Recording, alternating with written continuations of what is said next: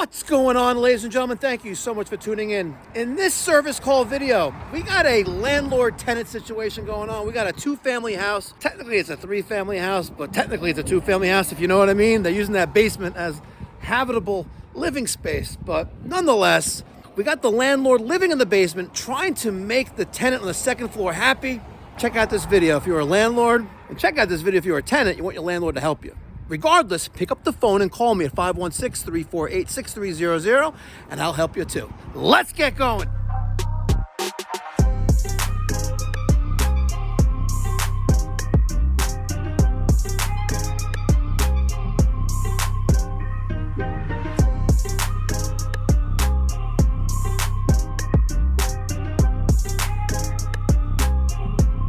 What's wrong with the heat here?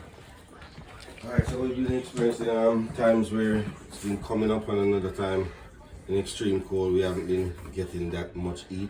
You'll feel the panel and you feel like it's slightly warm, but it's not. It's not the amount of heat. So sometimes it works, sometimes it doesn't. Yeah. Sums it up about right? Yeah. How long has this been going on for? It's been a problem. We've been having right now for years. People have always been coming and looking at it and works, and then after a while, the body techniques eat. And next winter season, eat. All right, took the thermostat off the wall. Looks like we have some line voltage wiring inside there. But it's not. It's just line voltage wiring, maybe. Being used for 24 volts to carry the signal, because this thing's definitely not rated for line voltage. So, let's go to the boiler and see what the deal is with this. Took the thermostat off and just isolated the two wires and told the tenants don't touch. Okay, Dunkirk. PVWB 4D, 105,000 BTUs. Gross input. 2 zones, one labeled first floor, one labeled second floor. Line voltage, low water cutoff. Aquastat relay, 24 volt burner control. 2-zone Teco switching relay, SR502. Vent damper, 6-inch GVD6. Let's see if we could find that wire. We have a transformer there, which is probably going to be for a doorbell, even though it's going there. We got to find that wire that goes to, that's gonna be fun to get at. Let's see that wire that goes to the thermostat down here on the second floor. I gotta love that drip like. This is that thermostat wire leaving this box, follows the armored cable going to here.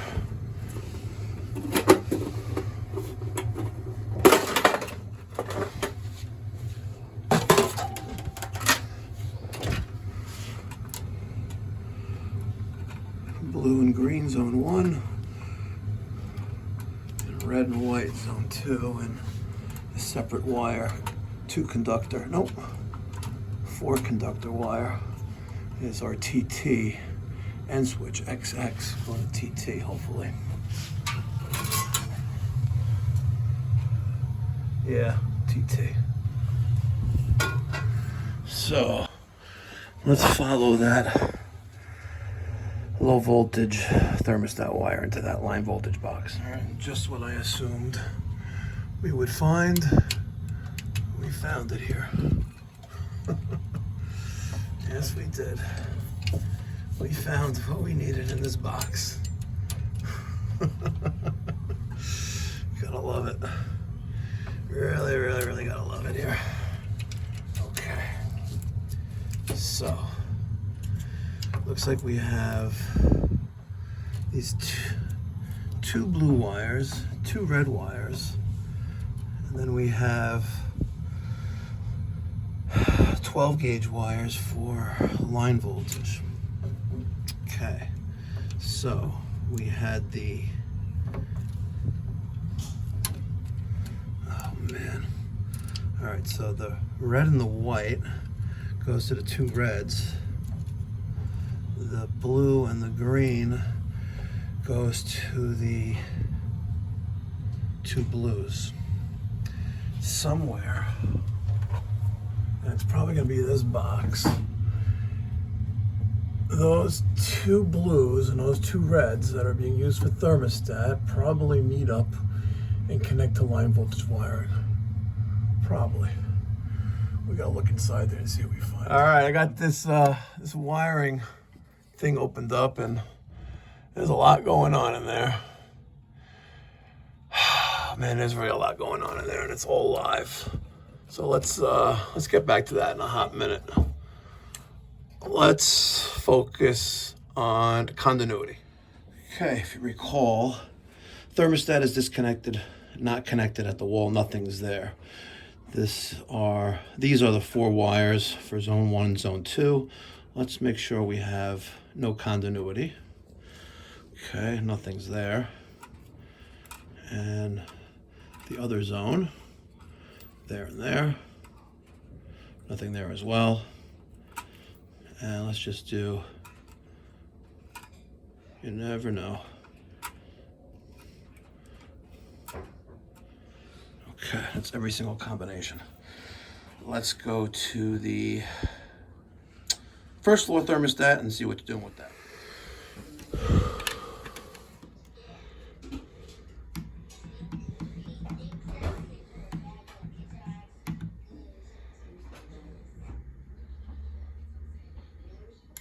Okay, 76 degrees here. So now that the wires are disconnected at the zone relay at the boiler, only one thermostat is actively calling. We're gonna see which one is giving us continuity, and we need to assign that to the first floor circulator zone. That way, when the thermostat on the first floor is on and calling, the baseboard and the zone turns on for the first floor. And then we'll go on the second floor after. All right, let's try red and white. Nothing. Let's try the blue and the green.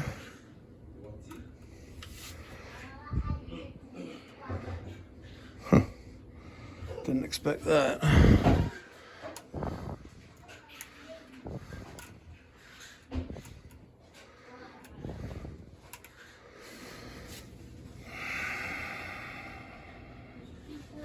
Yeah, we should have real continuity there like this.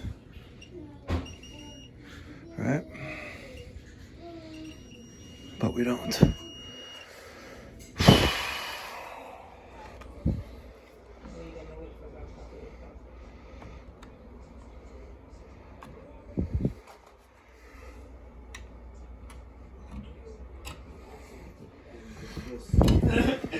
Oh, sit down, little boy. Hey, Stop, do that, no, brother. Ever, yo. Get up,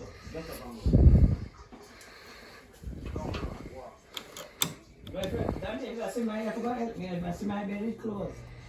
See, last time, no, you're damaged, No, I told him I fuck it on my suitcase. So now the second floor thermostat is bypassed. So I should have some kind of continuity at the boiler.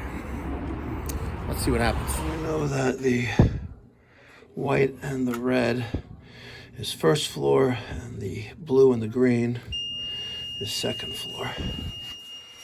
So we have real continuity with the second floor. And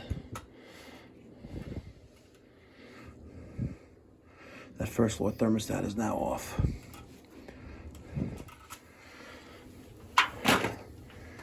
So, red and the white, first floor.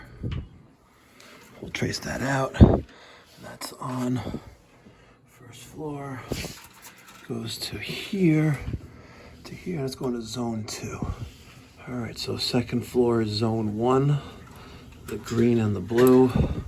The white and the red is zone 2, which is the first floor. First floor, second floor. Second floor also does the basement, looks like. Yep. Second floor also controls heat in the basement. There's that hydronic lines that disappear. All right. The check valve for first floor, check valve for second floor and basement, split supply and split return. And this is cold. And this is a supply. That's a supply. That's hot. And the arrow's pointing down, so we're pumping back to the boiler, not pumping away. Yeah. Interesting. I don't know why that's all charred up like that, the insulation on there, but nonetheless. When I went back to the thermostat on the first floor, the first time I went there, I didn't take it off the wall, but I raised up the temperature because I wanted to find continuity here at the thermostat to identify what thermostat controls which wires. So I know now that the red and the white wires for the first floor, which is connected to zone 2. I know that the blue and the green wire are connected to zone, the second floor, which is zone 1. I know it's reversed, but it doesn't really matter, as long as they're controlling where they should be. When I set the thermostat back, and before I put the lock cover box back on, I asked the lady on the first floor, and I go, what temperature do you have this thing set to? He goes, he keeps it 85. I'm like, there's no way this guy keeps it 85. So it's set for 70, and it's hold. Thank you. You know, legally, under New York City law, you're obligated to provide heat at 68 degrees between, I think it's October 15th through May 15th or April 15th, but not 85 degrees. Okay. That's ridiculous. I'm sorry.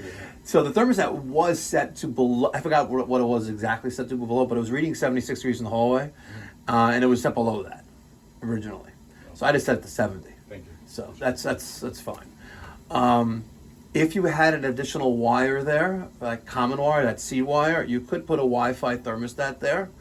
But what you can also do, this may be a little bit better for you to do. You could get a thermostat that you can control by Wi-Fi, right?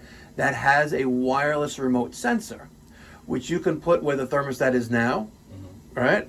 Or just put it right next to the thermostat. It doesn't really matter. You put this little sensor next to the thermostat, and behind the lockbox, they think it's a thermostat there. So even if they try to play with the thermostat, it's a placebo effect, right? Like you're slipping, you're slipping on a little Mickey there, right? Yeah. They won't know the difference, right? And the thermostats themselves, which can be Wi-Fi, could be installed right here in this room, and it would read those temperatures as the control point. Okay. You know what I mean? So basically, it's a remote thermostat, but the control itself is down here or anywhere. Well, in this room, for example. Yeah. And it won't read the temperature that's in this room. It'll read the remote temperature sensor, and it control the heat based on that.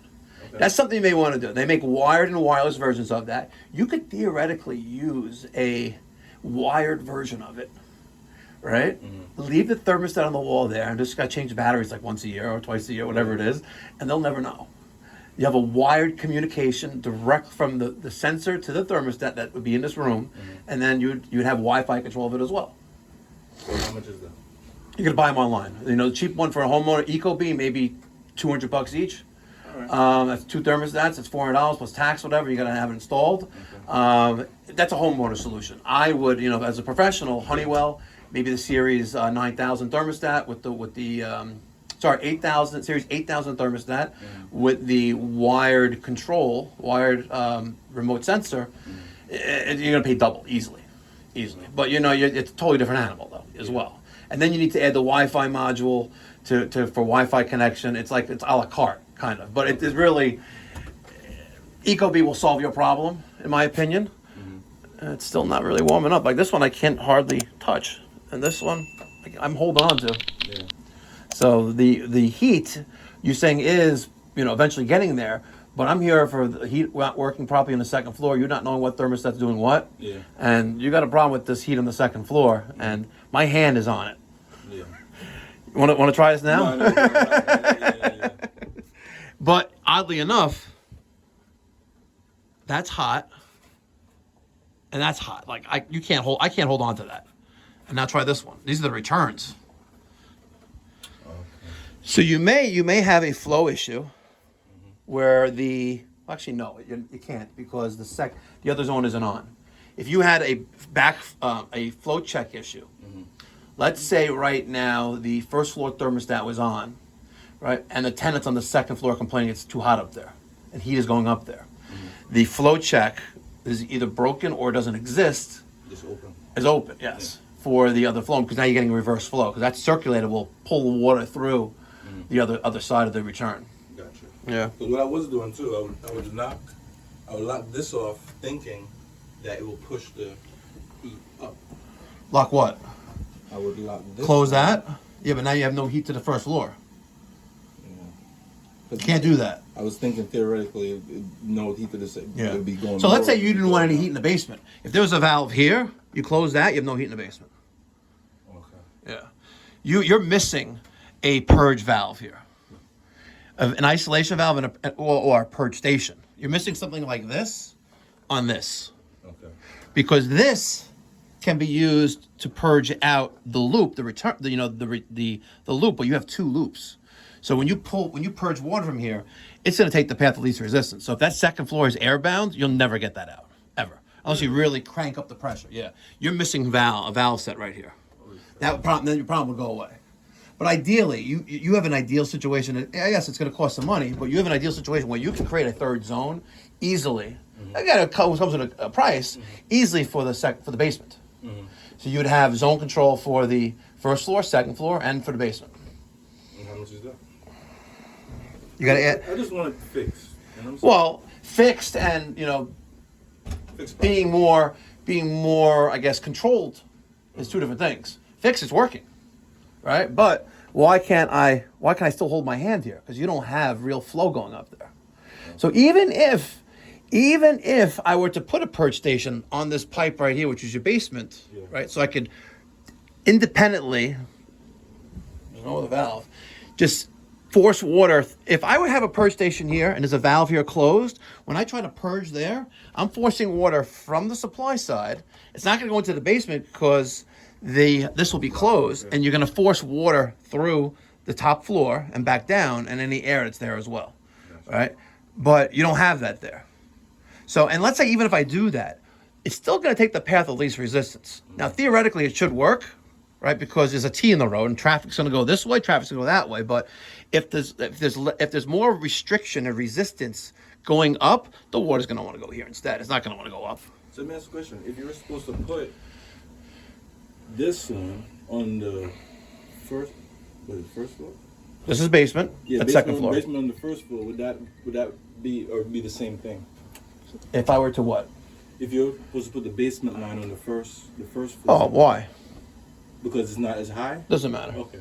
At that point, now we're just talking like, hypotheticals. No, they should be independent. But if anything, if this was like a monoflow tee, for example, where some of the water is being diverted out of this, like a cone inside there, yeah, that would work much better. But you need a purge station there in order for the second floor to be, hopefully, all the air out. Because, like I said, I'm still holding on to this, and the boiler was at pressure gauge. Boiler is almost 180. That's hot as can be. So, and one other observation, your water heater is a 40,000 BTU water heater, and it's using 3-inch flue pipe. It's not allowed. It should be 4-inch.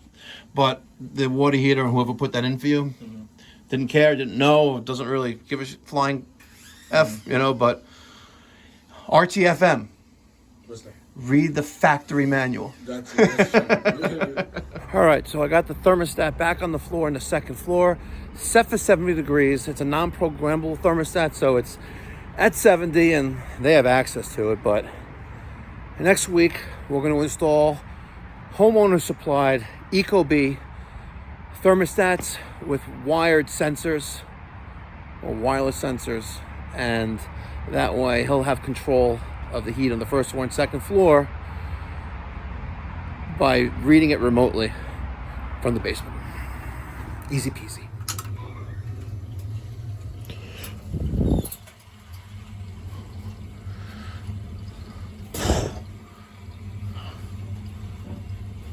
Ooh, very nice.